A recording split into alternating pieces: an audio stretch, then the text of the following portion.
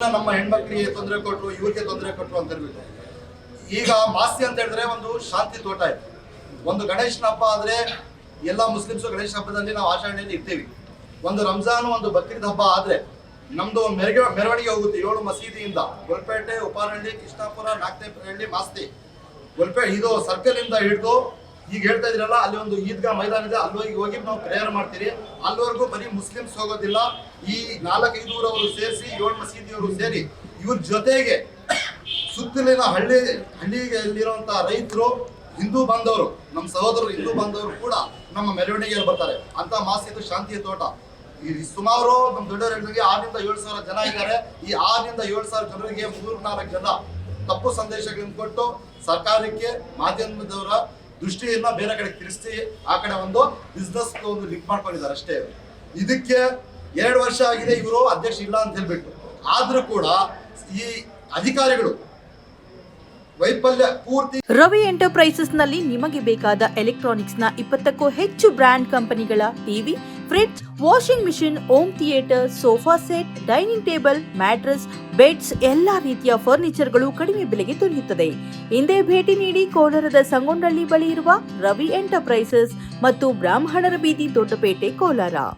ಕೋಲಾರ ಜಿಲ್ಲೆಯ ಒಂದು ಒಗ್ಬೋರ್ಡ್ ಅಧಿಕಾರಿಗಳು ಟೋಟಲ್ ಅವರ ವೈಫಲ್ಯ ಇಲ್ಲಿ ಎದ್ದು ಕಾಣುತ್ತೆ.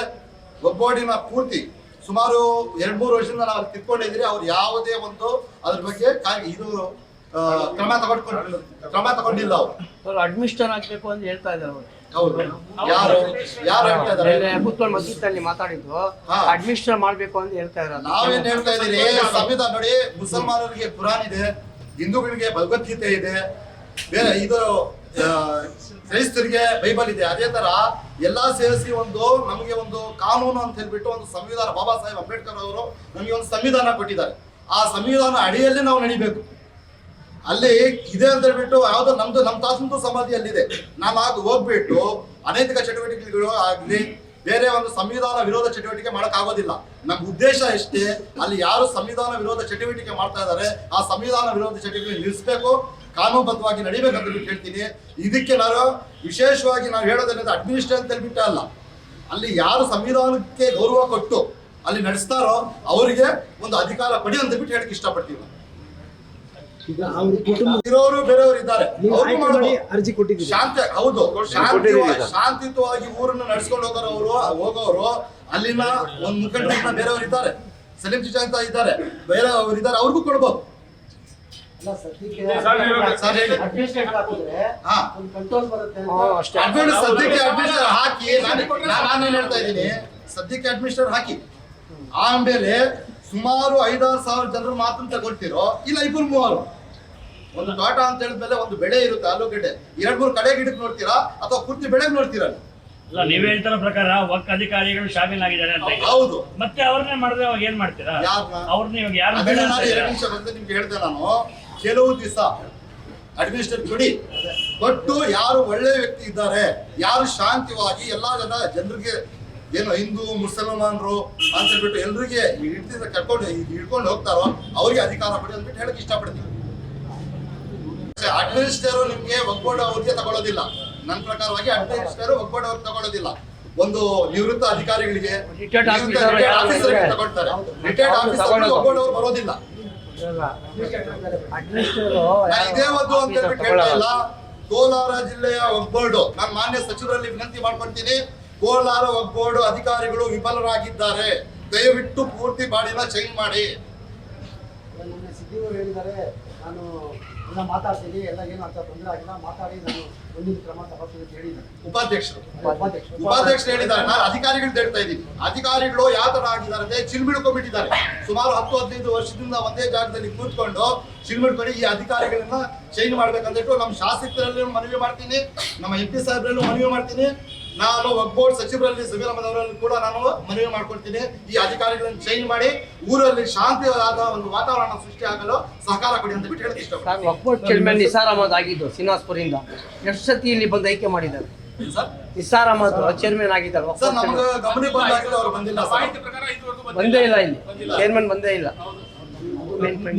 ನಾನು ಕೂತು ಚೇರ್ಮನ್ ಕೂಡ ಈ ತರ ವಾತಾವರಣ ಇದೆ, 3-4 ಜನರಿಂದ ಊರಿನ ವಾತಾವರಣ ಕೆಡ್ತಾ ಇದೆ ಅಂತ ಹೇಳ್ಬಿಟ್ಟು ದೂರವಾಣಿ ಮೂಲಕ ನಾನು ಮಾತಾಡ್ಸಿದ್ದೀನಿ. ಸರ್ ನಿಮ್ಮ ಹೆಸರು? ಸರ್ ಅಕ್ರಮ್ ಪಾಷಾ ಅಂತ ಹೇಳ್ಬಿಟ್ಟು ಗುಲ್ಪೇಟೆ ಮಸೀದಿ ಅಧ್ಯಕ್ಷ ಸರ್. ಈಗ ಮತ್ತೆ ಹದೀಸು ಏನೋ ಯಾವುದ್ರಲ್ಲೂ ಅಷ್ಟೇ ಈ ತರ ಸಂವಿಧಾನ ವಿರೋಧ ಚಟುವಟಿಕೆ ಅಂತೇಳಿ ಮಾಜಿ ಗ್ರಾಮ ಪಂಚಾಯತಿ ಅಧ್ಯಕ್ಷರು, ಹಾಲಿ ಪಂಚಾಯತಿ ಸದಸ್ಯನ. ಸುಮಾರು ನನಗೆ ವಯಸ್ಸು 65 ವರ್ಷ ಆಗಿದೆ. 40 ವರ್ಷದಿಂದ ನಾನು ರಾಜ್ಯದಲ್ಲೇ ಇದ್ದೀನಿ. ನಮ್ಮ ಊರಲ್ಲಿ ಆವತ್ತಿಂದ ಹಿಂದೂಗಳಾಗಲಿ ಮುಸ್ಲಿಂ ಆಗಲಿ ನಾವು ಒಂದಾಗಿ ಹೊಂದಾಣೆ ಮಾಡ್ಕೊಂಡು ನಾವು ಹೋಗ್ತಾ ಇದ್ದೀವಿ. ಮಕ್ಕಳನ್ನ ಮಾಡ್ಕೊಂಡು ಹೋಗ್ತಾ ಇದೀವಿ. ಹಿಂದೂ ಮುಸ್ಲಿಂ ಅಂತ ಹೇಳ್ಬಿಟ್ಟು ನಾವು ಇಂಥದ್ದಿಲ್ಲ. ನ್ಯಾಯ ಪಂಚಾಯತಿ ಕೂತ್ಕೊಂಡ್ರೆ ನಾವು ಹಿಂದೂಗಳಾಗಲಿ ಮುಸ್ಲಿಂ ಆಗಲಿ ತೀರ್ಮಾನ ತೆಗೆದುಕೊಳ್ಳಿ ಅಂತ ಹೇಳ್ಬಿಟ್ಟು ಹಿಂದೂಗಳೇ ನಮ್ಮ ದೇವಸ್ಥಾನದಲ್ಲಿ ಕೂತ್ಕೊಳ್ಳಿ, ಮಸೀದಿಯಲ್ಲಿ ಕೂತ್ಕೊಳ್ಳಿ, ಸ್ಟೇಷನ್ ಹತ್ರ ಕೂತ್ಕೊಳ್ಳಿ, ನ್ಯಾಯದಲ್ಲಿ ಯೋಗ ತೀರ್ಮಾನ ಕೊಡಲಿ ಅಂತ ನಮ್ಮ ಹಿಂದೂ ಬಾಯಿ ಬಾಯ್ತಾರೆ ನಾವು ಇದ್ದೀವಿ. ನಾವು ಇವತ್ತು ದಿವಸ ಏನಾಗಿದೆ ಅಂದ್ರೆ ಎಲ್ಲೋ ನಾವು ಕೇಳ್ತಾ ಇದ್ವಿ, ಎಲ್ಲೆಲ್ಲೋ ಏನು ಹಿಂದೂ ಮುಸ್ಲಿಂ ಗಲಾಟೆ ಆಗ್ತದೆ ಅಂತ ಹೇಳ್ಬಿಟ್ಟು. ಬಟ್ ನಮ್ಮ ಊರಲ್ಲಿ ನಾವು ನೋಡಿಲ್ಲ, ಕೇಳಿಲ್ಲ. ನಾವು ಆವತ್ತು ಕೋಲಾರಲ್ಲಿ ಆಗ್ತದೆ, ಇಲ್ಲಾಗ್ತದೆ, ಅಲ್ಲಾಗ್ತದೆ ಅಂತ ನೋಡ್ತಾ ಇದ್ರು. ಇವತ್ತು ಹಿಂದೂಗಳು ನಮಗೆ ಬಾಯಿ ಆಗ್ಬಿಟ್ಟು, ಹಿಂದೂ ಮುಸ್ಲಿಂ ಬಾಯಿ ಆಗ್ಬಿಟ್ಟಿದ್ದೀವಿ.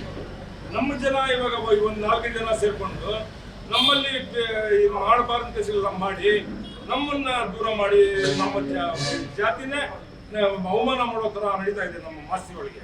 ಯಾಕೆ ನಡೀತಾ ಇದೆ ಅಂದ್ರೆ ಇದು ವ್ಯವಹಾರ.